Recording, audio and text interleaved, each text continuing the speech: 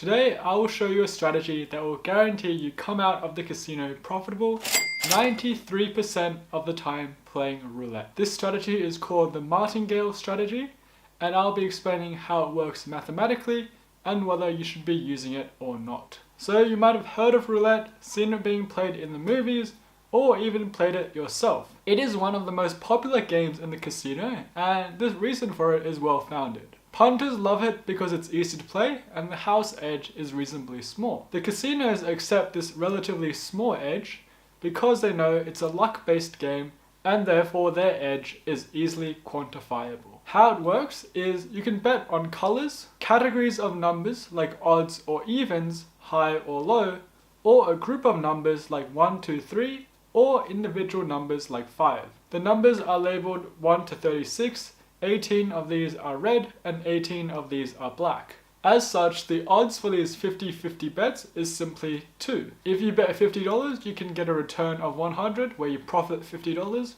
or you just lose your $50. The odds reflect how likely you are to win. So if you bet on individual numbers like betting on 5, then your odds would be 36. This sounds pretty fair, right? Well, not quite. There's one more number, the 37th number, and that is the number 0. And if it lands on 0, no bet, whether it was placed on red, black, or any of the numbers between 1 to 36 inclusive, then that bet would just naturally lose, unless your bet was actually on the number 0 itself. This is how the house or the casino has an edge. Let's say you bet on red, where the odds are 2 or there's a 1-to-1 payout. Now, instead of a 50% chance of winning, assuming there were only 36 numbers, there's only 18 red numbers and 19 non-red numbers, in this case with the extra 0.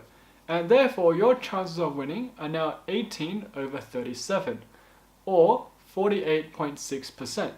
This doesn't seem very fair, so how can we use Martingale to manipulate the statistics and increase our chances of winning? Martingale is a strategy of sizing up in a methodical manner, doubling down after a losing bet and stopping after you've hit a win. Let's see how it works with an example. Say I have $150 from the rest of my paycheck and I'm taking $150 to the casino to bet on roulette. To follow the Martingale strategy, for my first bet I will bet $10 on one of those roughly 50-50 events. For example, betting on red, betting on black, betting on high numbers, betting on even numbers, like that. Now the dollar amount is important. $10 is exactly 1/15th of my entire bankroll. Because my entire bankroll is $150, so I'll be betting $10. If I started off with a bankroll of $300, then I would start off with a bet of $20. Betting this proportion is important as it allows us to sustain a 4-step Martingale process, which is what actually gets us the 93% chance of winning. So for my first bet, 18 of the 37 possible outcomes are red, which is what will make me win my bet, and that equates to an 18 divided by 37, which is a 48.6% chance of a win. Remember, this is not 50% because there are 18 red, 18 black, and the extra 0 square, which represents the house edge. The other outcome, which has a 19 over 37% chance, or 51.4%, would cause us to lose our bet. If the first bet is a win, then the Martingale strategy will tell us to stop, and because we bet $10 from that bet, we would have made $10 in profit and cash out there. Now, what if we lose the first bet? Well, no problem, let's just double down. This time we are betting not $10, but this time we're betting $20, or twice as much as we were betting before. Again, we can choose any event that has an 18 over 37 chance of happening, for example, betting on red again. Or we can pick something else like betting on low numbers, like the numbers 1 to 18, as there's no correlation between the first event happening and what the second event is going to be. However, for simplicity, we'll just assume we're continuing to bet on the color red. Again, there's a 48.6% chance that it will be a win, and if that happens, the Martingale strategy will tell us to stop. Therefore, from this $20 bet, we're going to make $20 in profit, and we made a $10 loss from our first bet, so therefore our net profit is 20 minus 10, or again $10.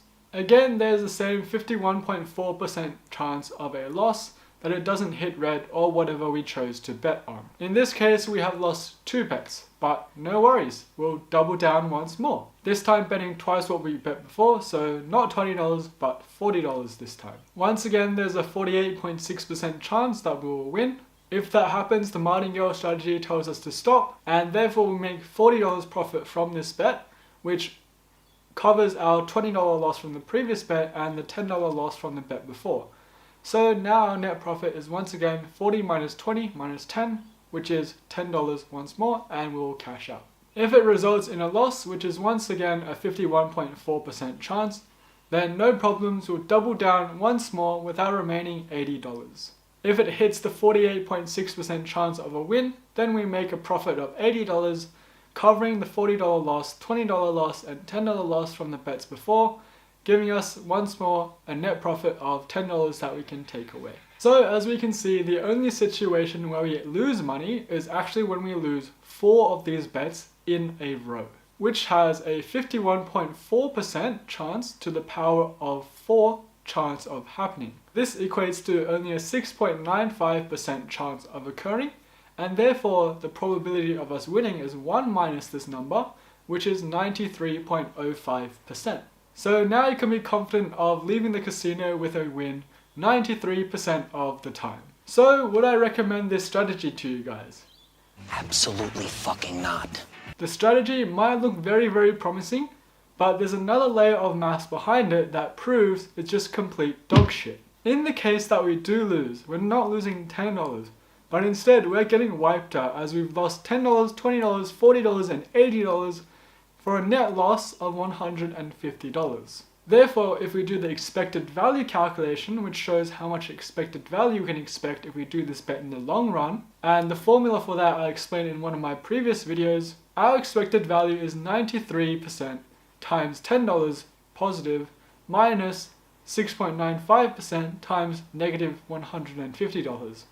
And as we can see, this number is negative, which means it's not going to be profitable in the long run. This goes to show that we still can't beat the casino house edge. All we've really done is synthetically increase our chances of winning, but by doing this, we've now left ourselves exposed to a huge potential loss. It's very similar to betting on, for example, Nadal to beat a round 1 opponent in the French Open, where the chances of winning are very high, but you'd make a very small amount compared to how much you can actually lose. So what can you actually do to beat the casino? If you are super smart, then maybe you can be like this mathematician and use physics to predict the trajectory of the ball and calculate where it will likely end up, or the area around where it will likely end up on the roulette table just after it's been released. Or be like Phil Ivey, one of the top poker players who used edge sorting to spot small differences on the back of the cards and gain an advantage. However, you still gotta get away with this, as even though Phil Ivey managed to win a lot, he eventually ended up getting banned and then sued, and he had to pay back all his winnings for what he did. While I can't beat the casino, if you want to learn more about the profitable strategies that I use to beat the sports books and betting sites in Australia, you can take a look at my sports betting course. Link and everything is in the description below. More details are in the link in the description below, where I teach you everything I do using tools and Excel models to show you how you can become a better sports bettor and make money from Australian bookmakers. So that's the basics of the Martingale strategy and how we can apply it to something like the roulette table. If you enjoyed this video, then make sure to give it a big like down below and subscribe to this channel to not miss out on my other betting and money making tips that I have lined up. As always, take care, and I'll see you guys in the next video.